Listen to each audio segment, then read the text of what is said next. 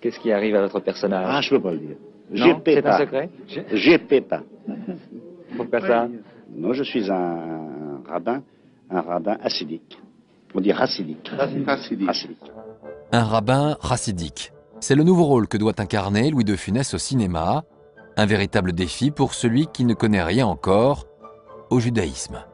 De Funès connaît davantage les églises que les synagogues. Il m'a dit, vous savez, la religion, je ne connais rien. Alors, vous êtes quoi? Vous êtes rabbin, d'accord? Vous êtes catholique? Non, non, mais non, je ne suis pas catholique. Ah bon? Et vous êtes chrétien? Non, je ne suis ni catholique ni chrétien. Je suis... Ah bon, ben, vous savez, vraiment, je n'y connais rien. Il est trop grand encore? Non, il a 1 centimètre de plus que ceux que j'ai vu que les origines. Non, il a l'air bien. Mais il paraît bonne proportion pour le personnage. Ça se met en arrière, enfin ça se met comme on veut. Normalement, il se met droit, mais vous pouvez le mettre en arrière si vous voulez. Non, il sert, bah, il faut qu'il serre comme ça. Louis de Funès entre petit à petit dans la peau de son personnage. Et pour en maîtriser toutes les subtilités, il sollicite l'aide du réalisateur Gérard Houry, qui est de confession juive. C'est avec beaucoup de respect, beaucoup de curiosité et de respect qu'il est allé avec mon père dans ces synagogues, qu'il a regardé ces hommes prier, se pencher d'avant en arrière.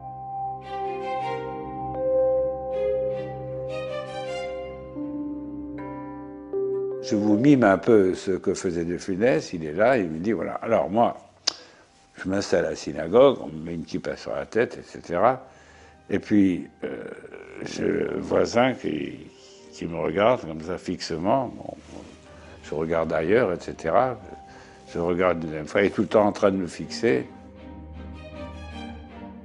À la fin, il se tourne vers moi et il me dit, dites-moi, je vous ai pas déjà vu, vous, quelque part? Et je lui dis, je ne sais pas. Vous êtes déjà venu dans cette synagogue? Et De Funès dit, non, je ne suis jamais venu dans cette synagogue. Il dit, ah bon? Ah ben, ça devait être dans une autre synagogue. Et ça l'a usé énormément.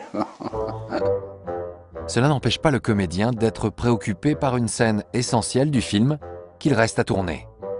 Pour ne pas la rater, il répète 2 heures par jour, pendant 2 semaines, avec un chorégraphe. J'ai eu d'autres élèves particuliers.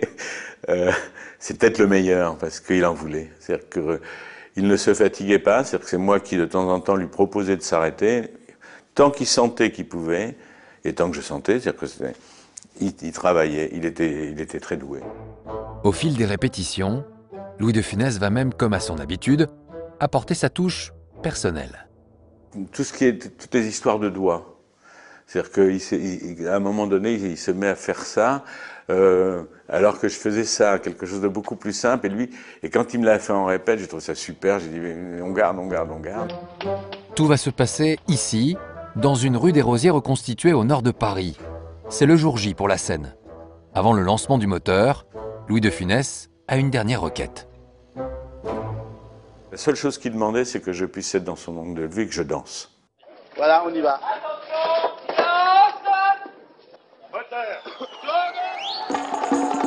Pour justifier la place du chorégraphe, le réalisateur Gérard Houry va alors tester une idée de dernière minute. C'est moi qui vais le chercher. À un moment donné, on rajoute ça. Ça se rajoute avec Gérard.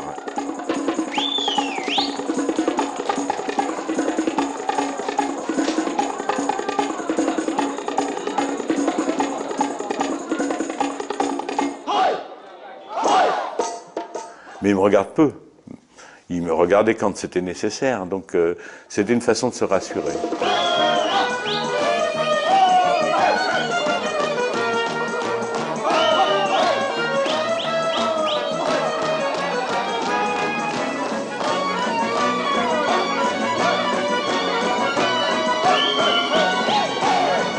Personne n'aurait pu faire comme lui a fait. Ça, c'est très fort. Ce truc, c'est très, très fort.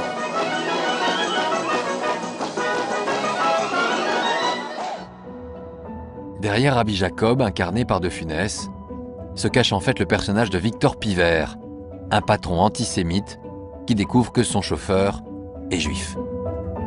Comment Salomon, vous êtes juif? Salomon est juif. Oh! Et mon oncle Jacob, qui arrive de New York, il est rabbin? Mais il n'est pas juif? Ah si.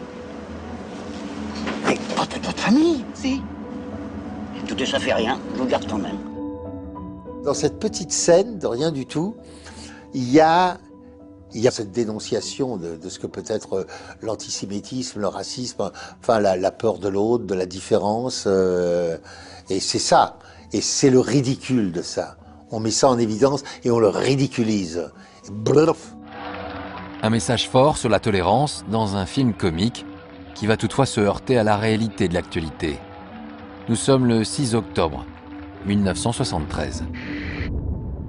Les forces syriennes et égyptiennes affrontent les forces israéliennes depuis 13 heures, heure de Paris. À quelques jours seulement de la sortie des aventures de Rabbi Jacob, la guerre de Kippour éclate entre Israël et plusieurs pays arabes. Un mouvement de panique gagne alors l'équipe du film, à commencer bien sûr par son réalisateur. Ça a eu un effet sur Gérard Houry. Tu te rends compte ce qu'ils m'ont fait là? À la sortie de Rabbi Jacob, ils font la guerre de Kippour. Non mais c'est pas possible. Il a pris ça comme une atteinte personnelle. C'est un film sur le rapprochement. Manque de bol, quelques jours avant, ils se tapent dessus. À tel point qu'ils se sont dit, qu'est-ce qu'on fait? On sort ou on sort pas?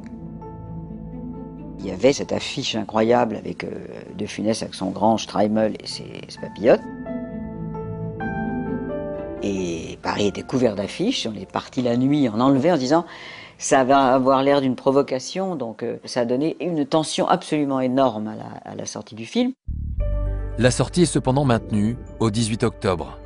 Mais ce jour-là, un nouvel incident se produit. Une femme de 35 ans détourne un Boeing et son action est directement liée au film. Il ne faut pas sortir le film et il faut emmener l'avion au Caire sans qu'on je fais tout sauter. La menace est réelle, même si les revendications paraissent incohérentes. Elle n'avait pas vu le film, elle croyait que c'était un truc anti-palestinien ou anti-juif. Puis elle était en pleine dépression, cette femme. Mais la chose la plus étonnante est en fait que la pirate de l'air est la femme de l'attaché de presse du film.